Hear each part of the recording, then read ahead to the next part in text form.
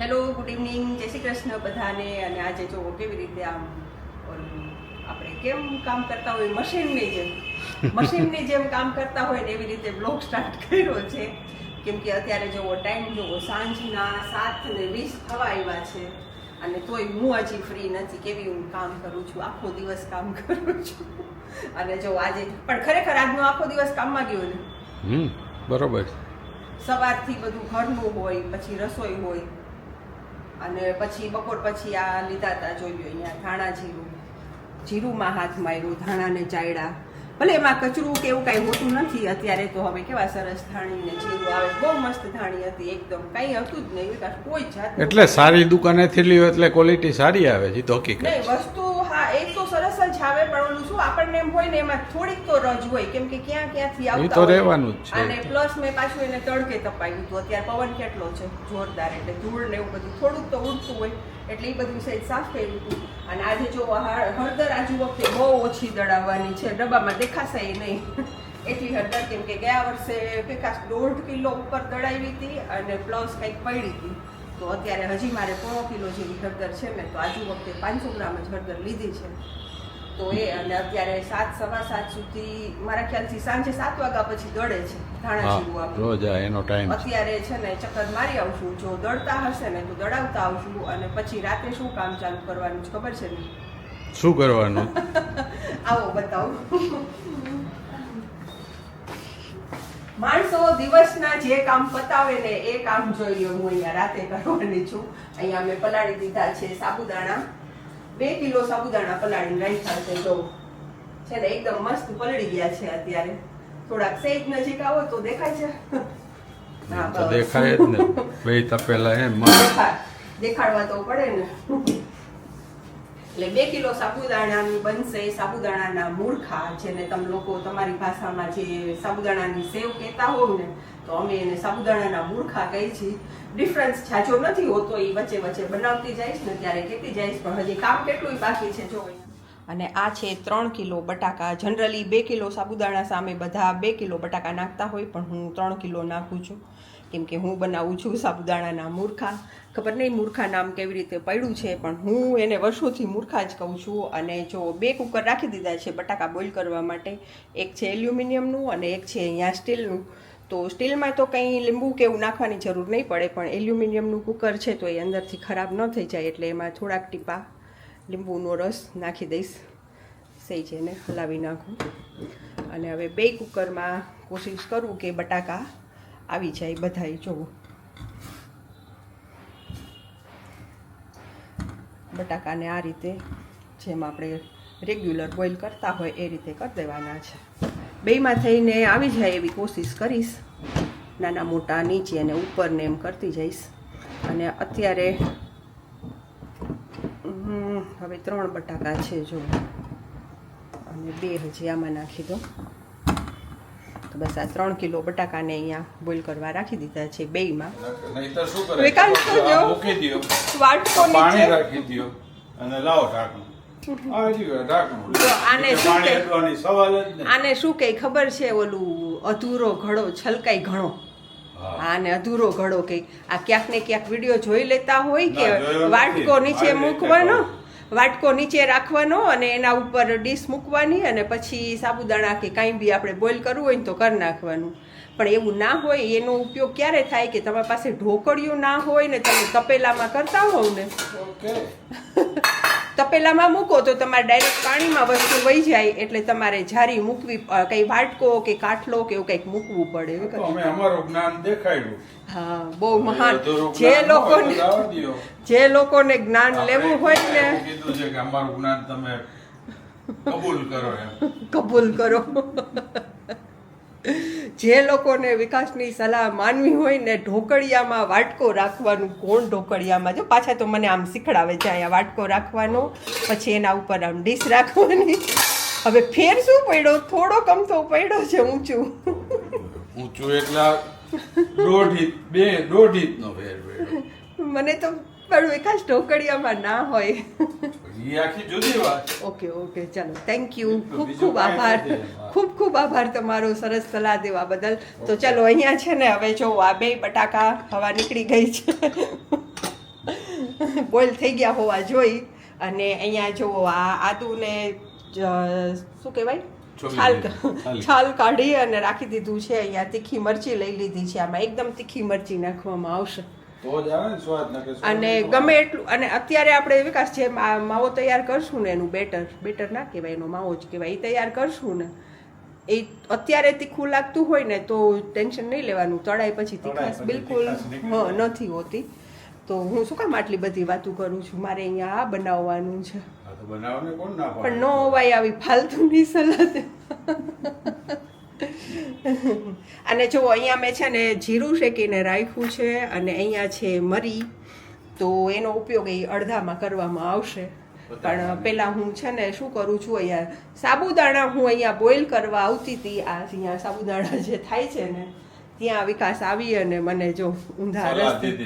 હા ચાલો 2 મિનિટ મારી ખરાબ થઈ ગઈ. આવજો.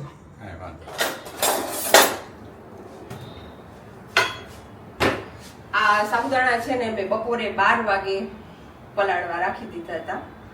એક આ છે 1 કિલો ને 1 કિલો ત્યાં છે 2 કિલો સાબુદાણા છે. અને હું એમ કહેતી હતી ને કે સાબુદાણા અને સાબુદાણાની સેવ અને હું કહું છું સાબુદાણાના મૂળખા. એક જ મિનિટ હો, પાણી વધારે ગરમ નથી થયું. ના, હજી થોડીક વાર છે. સાબુદાણાની સેવ અને સાબુદાણાના મૂળખામાં જાજો ડિફરન્સ નથી હોતો. બધા જનરલી સેવ બનાવે અને એ લોકો શું કરે કે બટાકાને પીસે ને ત્યારે કે મિક્સરમાં પીસે અથવા તો પાણી નાખીને કાંઈ બી રીતે લિક્વિડ જેવું બનાવી અને પછી સાબુદાણા મિક્સ કરે. અને પ્લસ આ સાબુદાણા છે ને એને પાણીના મોટું તપેલું લઈ પાણી ગરમ કરે અને એમાં ઉકાળીને ટ્રાન્સપરન્ટ કરે. પણ હું જે સાબુદાણાના મૂળખા બનાવું છું ને એમાં શું કરું કે આપણું આ જે ઢોકળિયું હોય ને એ લઉં અને એમાં છે ને આ રીતે આ કપડું રાખું અને સાબુદાણાની છે ને પોટલી બનાવું. અત્યારે પાણી ફૂલ ઉકળી ગયું છે. સાબુદાણાની છે ને આ રીતે અહીંયા આમ રાખી દઈશ આ કપડું અને આની અંદર હું સાબુદાણા રાખીશ. અને સાબુદાણાને કરવાના છે તો આપણે ટ્રાન્સપરન્ટ જ, એટલે જો આ રીતે આ પાણીમાંથી કાઢી અને આમાં નાખીશ. જો અહીંયા નજીકથી બતાવો તો થશે જ. જો આ રીતે આને વરાળથી બાફવાના છે. અને આપણે જે સાબુદાણાના મૂળખા બનાવશું ને એમાં પાણીનો ઉપયોગ આપણે બિલકુલ નથી કરતા. મેઇન વસ્તુ એ છે બધા બટાકા બાફે ને ત્યારે એનો માવો બનાવવામાં પાણી નાખે અને પ્લસ સાબુદાણા બાફે ને તો સાબુદાણામાંય પાણી નાખે અને ડાયરેક્ટ તપેલું કુકર ઉપર ચડાવી દે. અરે ક્યાં બોલ રહી હું ડાયરેક્ટ તપેલું ચૂલા ઉપર ચડાવી દે. તો એવું નથી કરવાનું. એમ નહીં તો કપડામાં કરશે તો બફાઈ જ જશે. હે? હા સાબુદાણા હા બફાઈ જ જાય. આવી રીતે જો આ કપડું રાખ્યું છે. હવે આ કપડાને છે ને આવી રીતે આમ પેક કરી દઈશ. જો છે ને જો આમ પેક કરી દેવાનું અને પછી એને જે અહીંયા છે જો આ ઢોકળિયાનું જે ઠાકું એને પેક કરી દેવાનું. આશરે કેટલી મિનિટ લાગે એક પોટલીને કરતા? જો મીડિયમ તાપ રાખીશ, મીડિયમ આંચ ઉપર રાખીશ ને એટલે મને લાગે છે ને ત્યાં સુધી પહેલા 7-8 મિનિટ થશે ને એટલે હું સેજ ખોલી અને ચેક કરી લઈશ. નીચેના તો ટ્રાન્સફર થઈ ગયા હશે પણ ઉપરના થોડાક આવા સફેદ જેવા હશે ને તો એને હલાવી લઈશ ને પાછા 2-3 મિનિટ પાછા રાખશું તો થઈ જશે. તો બસ આપણે આને આવી રીતે કોરા કોરા જ બોઇલ કરવાના છે, જેમ આપણે ઢોકળા બોઇલ કરીએ તો એવી જ રીતે જો આ બધાય છે ને આ બધાયને એવી રીતે કરી લઈશ. અને સાબુદાણા એકદમ મસ્ત પલળી ગયા છે, એકદમ મસ્ત. આને પછી બહુ હલાવવા કરવાના નહીં તરાનો પછી ભૂકો થતો છે. બસ તો હવે આવી રીતે હું બધા સાબુદાણા બોઇલ કરી લઉં. પ્લસ અહીંયા જે આદુ મરચાં છે ને એની પેસ્ટ કરી લઉં અને પછી પાછી આવું. જો અત્યારે થોડુંક કામ ખાલી બાકી રહી ગયું. અહીંયા છેલ્લા સાબુદાણા બોઇલ કરવાના હતા. જોઈએ અને અમારો નહીં ગેસ ખતમ થઈ ગયો અને જો અહીંયા આટલા થઈ ગયા છે ઓલરેડી છે ને. અને આ છેલ્લા હતા. અહીંયા મેં અમારા માટે અત્યારે જમવા માટે ખીચડી મૂકી અને બાટલો ખાલી થઈ ગયો.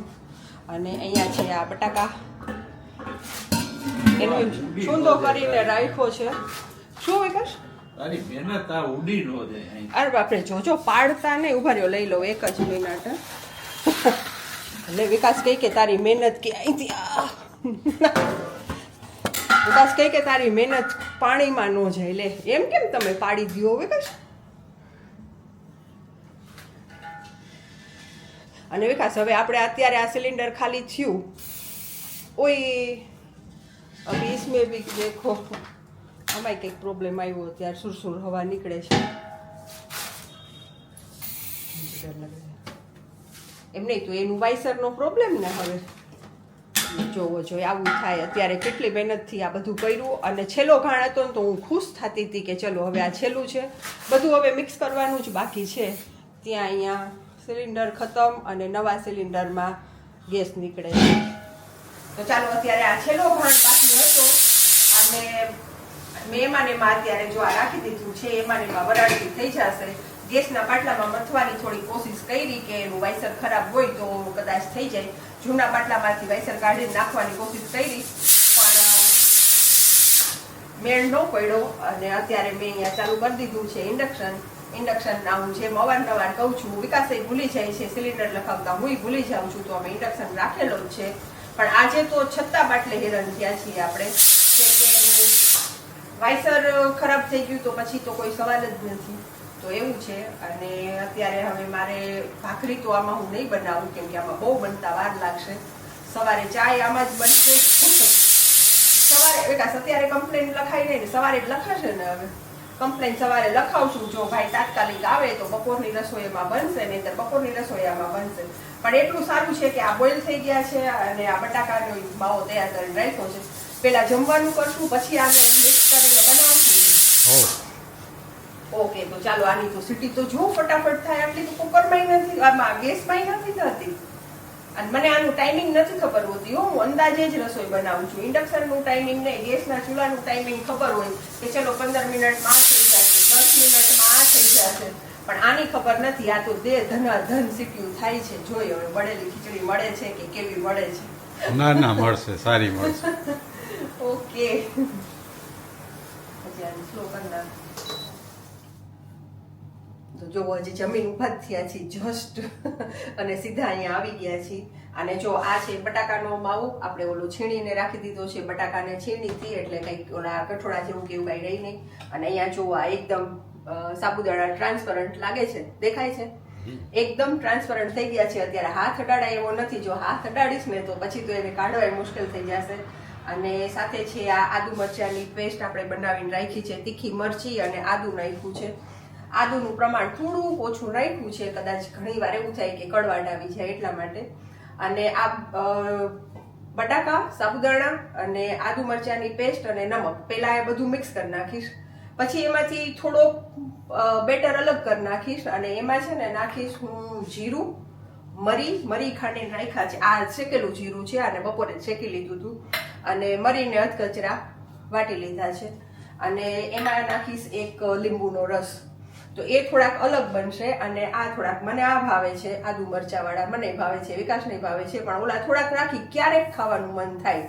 મસાલાવાળા તો એ તો પેલા હું આ બે વસ્તુને મિક્સ કરી લઉં પછી આગળની કંઈક પ્રોસેસ કરીએ આપણે અને આને મિક્સ કરવામાં છે ને પ્રોપર હાથનો જ યુઝ થશે કેમ કે આમાં એટલી ચીકાશ આમાં એટલી ચીકાશ તો ચમચાથી કે એમ હલાવવામાં તો બહુ મુશ્કેલ પડશે એટલે શક્ય એટલી કોશિશ કરીશ કે આપણો જે આ ઓલો લાકડાનું છે ને કહા ગયા